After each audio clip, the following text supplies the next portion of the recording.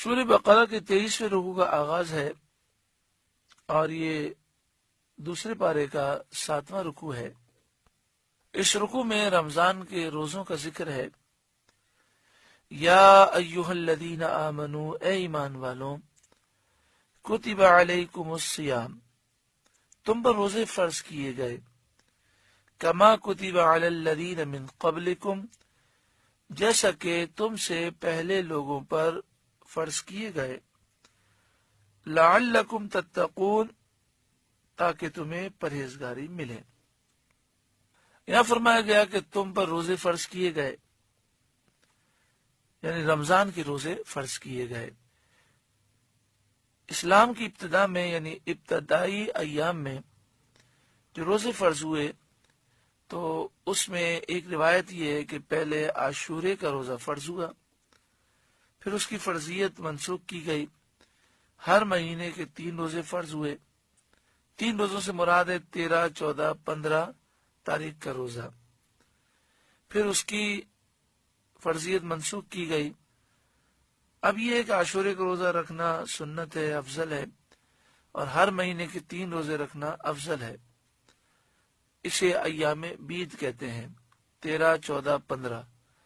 ایام بید اسے اس لیے کہتے ہیں کہ اس میں راتیں روشن ہوتی ہیں، چاند اپنے عروج پر ہوتا ہے۔ 14ویں کا چاند 14ویں رات کو ہوتا ہے، اور 13 اور 15 کو بھی چاند روشن ہوتا ہے، اس لیے اسے ایام بید کہتے ہیں، روشن ایام، روشنی والے دن۔ پھر اس کے بعد رمضان کے روزے فرض کیے گئے۔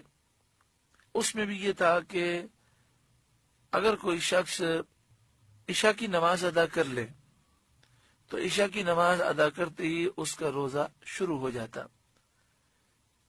یا وہ غروب آفتاب کے بعد سو جائے تو سوتے ہی اس کا روزہ شروع ہو جاتا۔ اب آنکھ کھلنے کے بعد وہ کھا نہیں سکتا تھا۔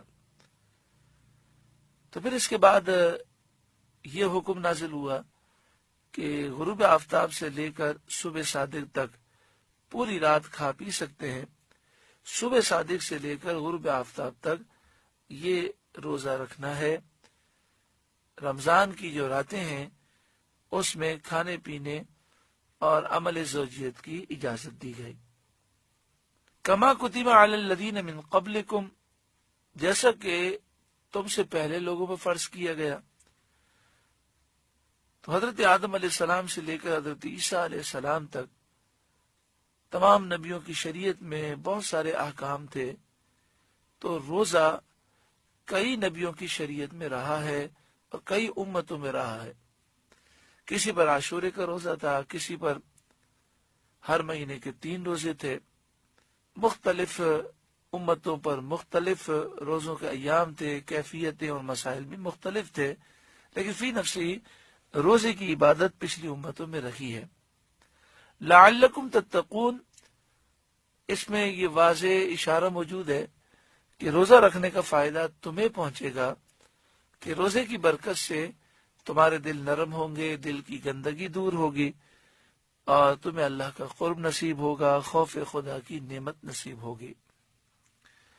ایام معدودات، گنتی کے چند دن ہے۔ جب کسی کے سامنے یہ بات ہوتی ہے کہ چند دنوں کی بات ہے اور چند دن اگر ہم محنت کر لیں گے تو بہت زیادہ فائدہ ہو جائے گا، تو لوگ محنت کرنے سے سستی نہیں کرتے۔ جیسے مختلف کاروباری حضرات کے لیے بزنس کے سیزن مختلف ہوتے ہیں، تو وہ 15 دن یا 1 مہینہ، 1.5 مہینہ سال میں وہ ایام آتے ہیں نہ وہ اچھی طرح سو سکتے ہیں، نہ کھا سکتے ہیں، نہ پی سکتے ہیں، مصروف بہت زیادہ ہوتے ہیں۔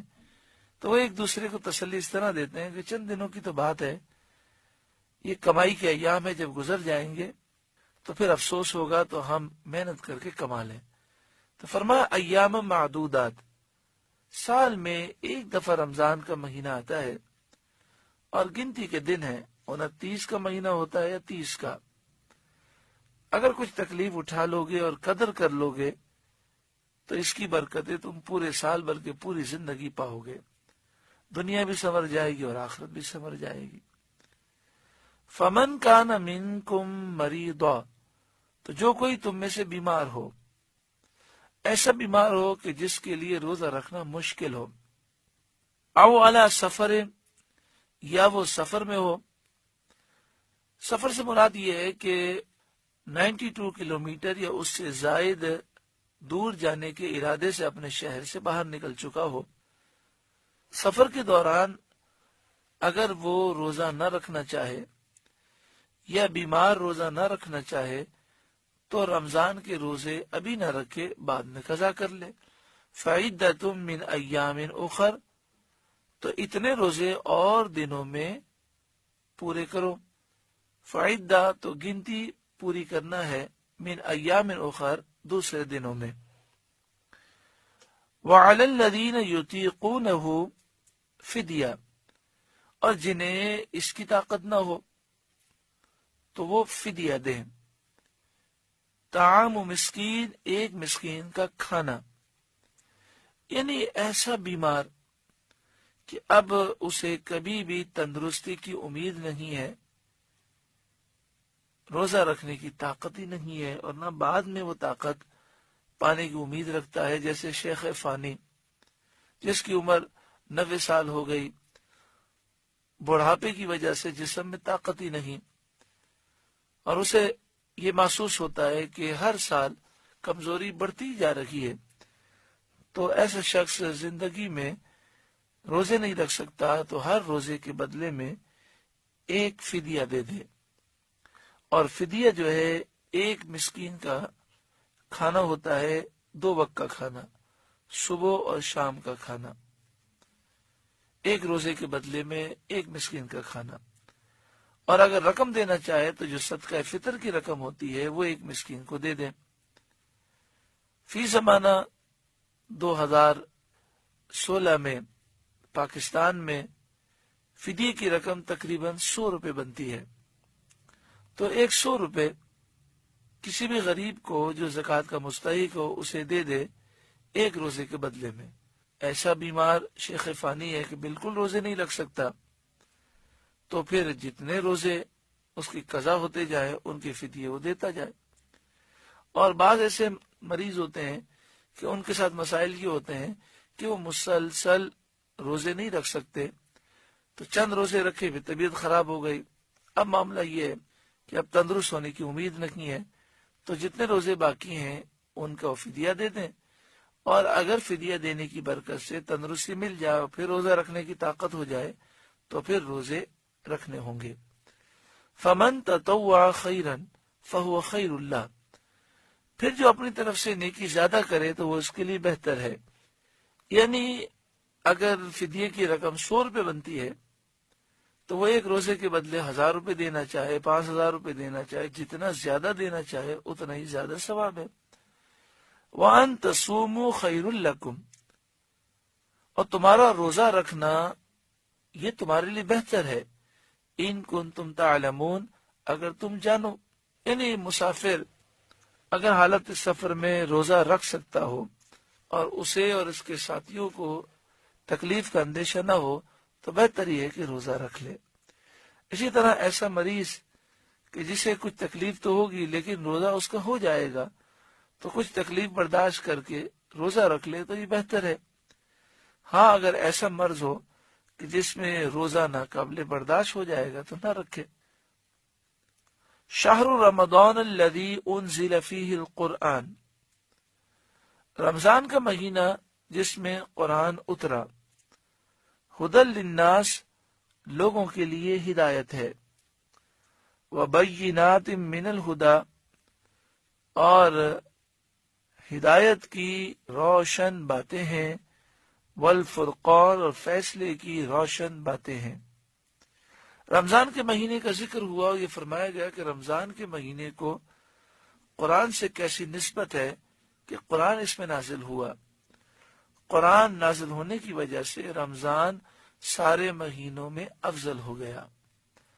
وہ قرآن جس میں لوگوں کے لیے ہدایت ہے، اور ہدایت اور فیصلے کی روشن باتیں ہیں۔ فمن شہید منکم الشہر فلیصم، تو تم میں جو کوئی یہ مہینہ پائے ضرور اس کے روزے رکھے۔ ومن کان مریضا، تو جو کوئی بیمار ہو او علی سفر یا سفر میں ہو، فعدۃ من ایام اخر، تو اتنے روزے اور دنوں میں رکھ لے۔ یہاں بھی بیمار کا ذکر ہے، تو یہ بات یاد رکھیے گا کہ معمولی بیمار اگر روزے نہ رکھے تو یہ اس کے لیے ناجائز ہے۔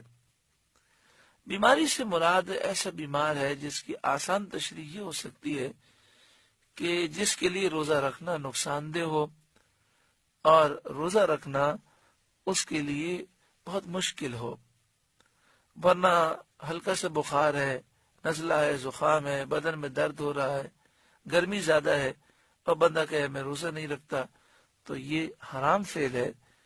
اللہ تعالی قدر نصیب فرمائے۔ جو بلا عذر رمضان کا روزہ چھوڑ دے، پھر اگر اس کے کفارے میں ساری زندگی روزہ رکھے، تب بھی وہ رمضان کے روزے کی فضیلت کو نہیں پا سکتا۔ یرید اللہ بکم الیسر، اللہ تم پر آسانی چاہتا ہے، ولا یرید بکم العسر، اور تم پر دشواری نہیں چاہتا، وَلِتُكْمِلُوا الْعِدَّةَ، اور اس لیے کہ تم گنتی پوری کرو، وَلِتُكَبِّرُوا اللَّهَ عَلَى مَا هَدَاكُمْ، اور اللہ کی بڑائی بیان کرو اس پر کہ اس نے تمہیں ہدایت عطا فرمائی، وَلَعَلَّكُمْ تَشْكُرُونَ، اور اس لیے تاکہ تم شکر کرو۔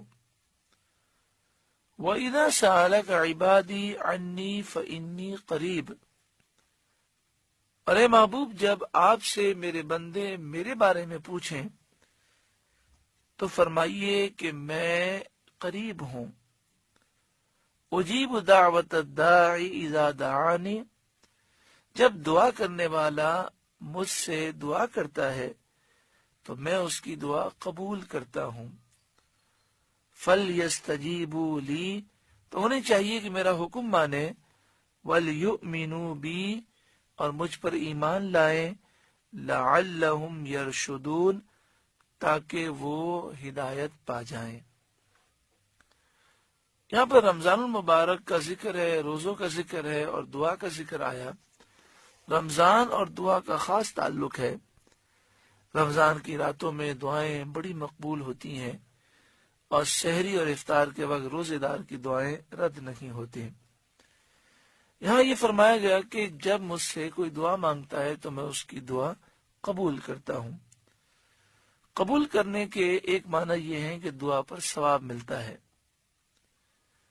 اور قبولیت جسے لوگ سمجھتے ہیں وہ یہ ہے کہ جو مانگا وہ مل جائے اور فوراً مل جائے، تو کبھی ایسا بھی ہوتا ہے، اور کبھی ایسا ہوتا ہے کہ جو مانگا وہی ملتا ہے لیکن تاخیر سے ملتا ہے، اس میں حکمتیں ہوتی ہیں، اور کبھی ایسا ہوتا ہے جو مانگا وہ تو نہیں ملتا، اس سے اعلیٰ نعمت مل جاتی ہے، اور کبھی ایسا ہوتا ہے کہ جو مانگا وہ تو نہ ملا لیکن نصیب میں بہت بڑی آفت بلا لکھی تھی، وہ دعا کی برکت سے ٹل گئی۔ اور یہ بھی ہے کہ جو دعائیں مانگی گئیں اور جو مانگا وہ نہ ملا دنیا میں، تو کل بروز قیامت اس پر ثواب دیا جائے گا، اتنا اجر ملے گا کہ بندہ یہ تمنا کرے گا کہ کاش میری کوئی دعا قبول ہی نہ ہوئی ہوتی، یعنی جو میں نے مانگا مجھے دنیا میں نہ ملتا، اور سارا کا سارا ثواب آخرت میں مل جاتا۔ فَلْيَسْتَجِيبُوا لِي، تو انہیں چاہیے کہ میرا حکم مانے، یعنی دعا کی قبولیت کا جو ذریعہ ہے اس میں سے ایک ذریعہ یہ ہے کہ انسان سچی پکی توبہ کرے اور پاکیزہ زندگی گزارے تو اس کی دعائیں قبول ہوں گی۔ آگے شاید فرمایا اُحِلَّ لَكُمْ لَيْلَةَ الصِّيَامِ الرَّفَثُ إِلَى نِسَائِكُمْ، روزوں کی راتوں میں اپنی عورتوں کے پاس جانا تمہارے لیے حلال ہوا۔ ہن لباس لکم وانتم لباس لہن، وہ تمہاری لباس ہیں اور تم ان کے لباس۔ علم اللہ انکم کنتم تختانون انفسکم، اللہ جانتا ہے کہ تم اپنی جانوں کو خیانت میں ڈالتے تھے۔ فتاب علیکم تو اس نے تمہاری توبہ قبول کی، وعفا عنکم اور تمہیں معاف فرمایا۔ رمضان کی راتوں میں ازواج سے عمل زوجیت کرنا منع تھا، لیکن کچھ مسلمانوں سے خطا ہوئی تو اس کا ذکر ہے، اور یہ بھی فرمایا گیا کہ اللہ تعالیٰ نے یہ خطا معاف فرمائی اور تمہیں رمضان المبارک کی راتوں میں یہ عمل کرنے کی اجازت دی۔ فَالْآنَ بَاشِرُوهُنَّ تو اب ان سے قربت کرو، وَابْتَغُوا مَا كَتَبَ اللَّهُ لَكُمْ اور طلب کرو جو اللہ نے تمہارے نصیب میں لکھا ہو۔ یہاں پر طلب سے مراد یہ ہے کہ اولاد کی نیت ہو، اور ایک قول یہ بھی ہے وَابْتَغُوا مَا كَتَبَ اللَّهُ لَكُمْ کے تحت ایک تفسیر یہ ہے کہ یہاں مراد ہے کہ رمضان کی راتوں میں خوب عبادت کر کے اللہ کا قرب حاصل کرو، کیونکہ اللہ تعالیٰ نے رمضان میں عبادت کرنے والوں کے لیے قرب الہی لکھا ہے۔ وَكُلُوا وَاشْرَبُوا اور کھاؤ اور پیو، حَتَّى يَتَبَيَّنَ لَكُمُ الْخَيْطُ الْأَبْيَضُ مِنَ الْخَيْطِ الْأَسْوَدِ مِنَ الْفَجْرِ یہاں تک کہ تمہارے لیے ظاہر ہو جائے سفیدی کا دھاگا سیاہی کے دھاگے سے پو پھٹ کر، یعنی فجر کے وقت۔ یہاں پر صبح صادق کا ذکر ہے۔ صبح صادق میں اس وقت بالکل اندھیرا ہوتا ہے، اور صبح صادق کے موقع پر ایک باریک سی روشنی کی کرن آسمان پر لکیر ظاہر ہوتی ہے۔ اس لکیر کو سفیدی کا دھاگا قرار دیا گیا، اور جو اس کے آس پاس رات کی سیاہی ہے اسے کالا دھاگا کہا گیا۔ تو صبح صادق تک کھانے پینے کی اجازت ہے، جیسے ہی صبح صادق ہو تو روزہ شروع ہو جائے گا۔ اب دیکھیں قرآن مجید فرقان حمید نے صبح صادق تک کھانے پینے کی اجازت دی، اس کا مطلب یہ ہوا کہ صبح صادق سے پہلے روزہ بند کر لینا چاہیے، یہاں تک کہ فتح عالمگیری میں ہے کہ منہ میں لقمہ تھا اور صبح صادق ہو گئی تو اب یہ لقمہ اندر نکلے گا تو روزہ ٹوٹ جائے گا، اسے باہر اگلنا ہوگا۔ آج کل گھڑیاں ہیں، پھر نقشے موجود ہیں، ٹائم موجود ہوتا ہے، صبح صادق کا ٹائم فکس معلوم ہوتا ہے، تو اس سے پہلے روزہ بند کر لیں۔ بعض لوگوں کو نہ جانے کیا ہوتا ہے کہ وہ تاخیر تک پانی پیتے رہتے ہیں، اذانیں ہو رہی ہوتی ہیں اور ان کا پانی پینا جاری ہوتا ہے اور کہتے ہیں ہم روزہ بند کر رہے ہیں۔ یہ بات یاد رکھیں کہ اذان کا حکم یہ ہے کہ صبح صادق کے بعد دی جائے، اور عام طور پہ ہمارے یہاں معمول یہ ہے کہ صبح صادق کے 1 منٹ یا 2 منٹ کے بعد اذان شروع ہوتی ہے۔ تو جس نے اذان کی ابتدا میں یا اذان کے درمیان میں کسی نے پانی پیا تو اس کا مطلب یہ ہوا کہ اس نے صبح صادق کے بعد پانی پیا، تو اس صورت میں اس کا روزہ نہیں ہوگا۔ ثم اتم الصیام الی اللیل پھر رات آنے تک روزے پورے کرو۔ تو غروب آفتاب تک روزہ ہے، جب سورج ڈوب جائے افطار کا وقت ہو جائے تو پھر افطار کی جائے۔ وَلَا تُبَاشِرُوهُنَّ وَأَنْتُمْ عَاكِفُونَ فِي الْمَسَاجِدِ اور عورتوں کو ہاتھ نہ لگاؤ جب تم مسجدوں میں اعتکاف سے ہو۔ تِلْكَ حُدُودُ اللَّهِ یہ اللہ کی حدیں ہیں، فَلَا تَقْرَبُوهَا ان کے پاس نہ جاؤ۔ كَذَلِكَ يُبَيِّنُ اللَّهُ آيَاتِهِ لِلنَّاسِ اللہ یوں ہی بیان کرتا ہے لوگوں سے اپنی آیتیں، لَعَلَّهُمْ يَتَّقُونَ تاکہ انہیں پرہیزگاری ملے۔ یعنی ان آیتوں کا فائدہ اور اس کی حکمت یہ ہے کہ جب لوگ سمجھیں گے، عمل کریں گے تو انہیں پرہیزگاری مل جائے گی۔ دیکھیں رمضان المبارک میں صبح صادق سے لے کر غروب آفتاب تک کھانا پینا اور عمل زوجیت منع ہے۔ اس کے علاوہ رات میں جائز ہے، سارے سال جائز ہے۔ تو حلال چیز جب روزے میں حرام ہو جاتی ہے تو بندہ اپنے آپ کو روکتا ہے۔ مثلا شدید پیاس لگی ہے لیکن روزہ ہے تو پانی نہیں پیے گا، تو اس کا مطلب یہ کہ انسان میں اللہ تعالیٰ نے کتنی طاقت رکھی ہے کہ وہ کسی چیز سے بچنا چاہے تو بچ سکتا ہے۔ جب حلال چیز منع کر دی گئی تو وہ شدید پیاس کے باوجود پانی نہیں پیتا۔ کوئی کہے کہ 5 منٹ باقی ہیں، کیا فرق پڑتا ہے، پانی پی لو، تو وہ افطار سے 5 منٹ پہلے بھی پانی نہیں پیے گا۔ اس سے یہ معلوم ہوا کہ انسان میں بڑی طاقتیں ہیں، وہ گناہ سے بچنا چاہے تو بچ سکتا ہے۔ جب حلال چیز منع کر دی گئی تو اس سے بچتا ہے۔ 11 مہینے تک جس کی عادت تھی اس کو بھی چھوڑنے پر قادر ہے، تو پھر گناہوں کو کیوں نہیں چھوڑ سکتا؟ پھر انسان کی ٹریننگ ہو جاتی ہے روزے میں کہ صبح صادق سے پہلے روزہ بند کرتا ہے، غروب آفتاب پر کھولتا ہے، جب کھانے کا آرڈر ملتا ہے تب کھاتا ہے، جب رکنے کا آرڈر ہے رک جاتا ہے۔ تو اس طرح اس کا نفس اس کے تابع ہو جاتا ہے اور وہ اس بات کا عادی ہوتا ہے کہ اللہ کے حکم پر مجھے چلنا ہے۔ تو جو صحیح معنوں میں رمضان المبارک عبادت میں گزارتا ہے اور اپنی اصلاح کرتا ہے تو اسے یہ فائدہ ہوتا ہے کہ الحمدللہ رمضان کے بعد بھی وہ گناہوں سے دور رہتا ہے اور اس کا یہ رمضان یادگار رمضان ہو جاتا ہے کہ رمضان کے بعد اس کی زندگی میں انقلاب آ جاتا ہے۔ الحمدللہ رب العالمین۔ ہمارے شہر کراچی میں ایک ایسا پروگرام ہوتا ہے کہ جس میں الحمدللہ یادگار رمضان کے عنوان کے تحت ہم جمع ہوتے ہیں رمضان المبارک میں، اور اس طرح تراویح ادا کی جاتی ہے کہ قرآن مجید فرقان حمید سمجھ کر تراویح ادا کرتے ہیں۔ ہر 4 رکعت سے پہلے ایک پاؤ قرآن پاک کو سمجھا جاتا ہے اور پھر تراویح میں اسی کو سماعت کیا جاتا ہے۔ تقریباً 4 گھنٹے، 3.5 گھنٹے، 4.5 گھنٹے یہ اس طرح تراویح پڑھنے میں لگتے ہیں، لیکن اتنی روحانیت ہوتی ہے الحمدللہ۔ اللہ تعالیٰ نظر بس سے بچائے۔ جو ایک دفعہ آتا ہے وہ کہتا ہے وقت گزرنے کا احساس نہیں ہوتا اور بڑا سکون ملتا ہے۔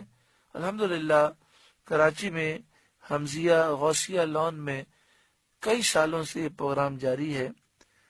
اگر آپ سے بھی ہو سکے اور آپ کراچی میں رمضان المبارک گزاریں تو کوشش کریں کہ ایک دفعہ زندگی میں تراویح قرآن سمجھ کر ادا کریں۔